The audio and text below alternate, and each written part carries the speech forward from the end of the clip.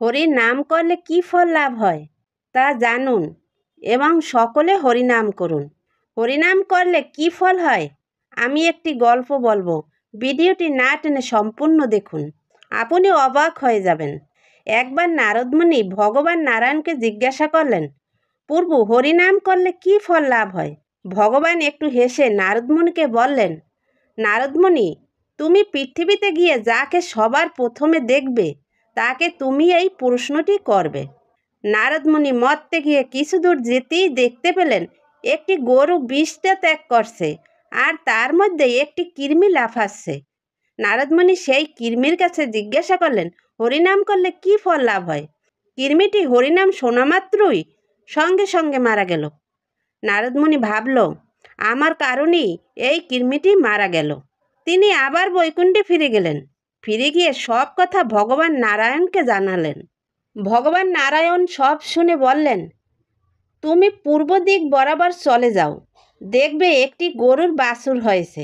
এই বাছুরটিকে তুমি জিজ্ঞাসা করবে হরিনাম করলে কি ফল লাভ হয়। নারদমুনি তখন ভগবান নারায়ণের কথা মতো পূর্ব দিকে গিয়ে দেখলেন সত্যিই সেখানে একটি গরুর বাছুর হয়েছে। তাকে গিয়ে বললেন, হরিনাম করলে কি ফল লাভ হয়? বাছুরটি সঙ্গে সঙ্গে মারা গেল। নারদমুনি এবার ভয় পেয়ে গেলেন। তিনি মনে করলেন, আমি গোহত্যার অপরাধী হলাম। তিনি তাড়াতাড়ি করে বৈকুণ্ঠে উপস্থিত হলেন আর ভগবান নারায়ণকে সব খুলে বললেন। ভগবান নারায়ণ বললেন, তাহলে তুমি দক্ষিণ দিক বরাবর যাও, দেখবে রাজার একটি সন্তান হয়েছে, তাকে তুমি এই প্রশ্নটি করবে। তখন নারদমুনি বলল, হে প্রভু, এবার যে আমি নরহত্যা অপরাধী হব। তখন ভগবান নারায়ণ বললেন, এবার তুমি তোমার প্রশ্নের উত্তর পেয়ে যাবে, তোমার কোনো ভয় নেই, তুমি এবার যাও, সেই সন্তানকে যাইয়ে জিজ্ঞেস করো, তাহলেই তোমার প্রশ্নের উত্তর পেয়ে যাবে।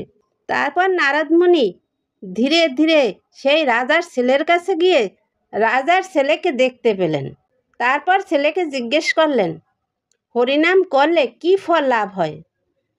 ছেলেটি তখন বলে উঠল, মুনিবর, আমি তো কোনোদিন হরিনাম করিনি, কিন্তু হরিনাম শুনে আমি কৃমিজনি থেকে মুক্তি পেয়ে গোবৎসরূপে জন্মগ্রহণ করলাম।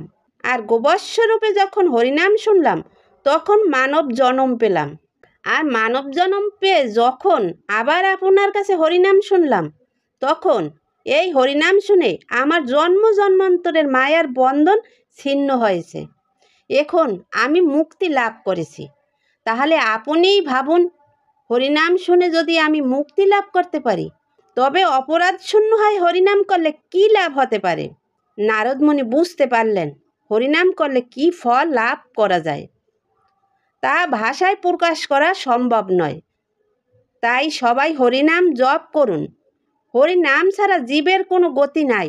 এই হরিনামই জীবের একমাত্র উদ্ধারের পথ। হরিনাম মহামন্ত্র। হরে কৃষ্ণ কৃষ্ণ কৃষ্ণ হরে হরে, হরে রাম রাম রাম হরে হরে। এই হরির নাম মহামন্ত্র কীর্তন করাই এই দুঃখময় জগতে এবং অনিত্য পৃথিবীতে জীবকুলের উদ্ধারের একমাত্র পথ। এছাড়া আর কোনো গতি নাই। হরিনাম সংকীর্তনই কলিকালে একমাত্র গতি। হরির নাম স্মরণ করলে এই দুঃখময় জগতে সকল পাপ থেকে মুক্তি হওয়া যাবে। জন্ম জন্মান্তরের মায়ার সংসার চক্রের যাতনা থেকে মুক্ত হয়ে ভগবত ধামে গতি হবে। হরে কৃষ্ণ, রাধে রাধে।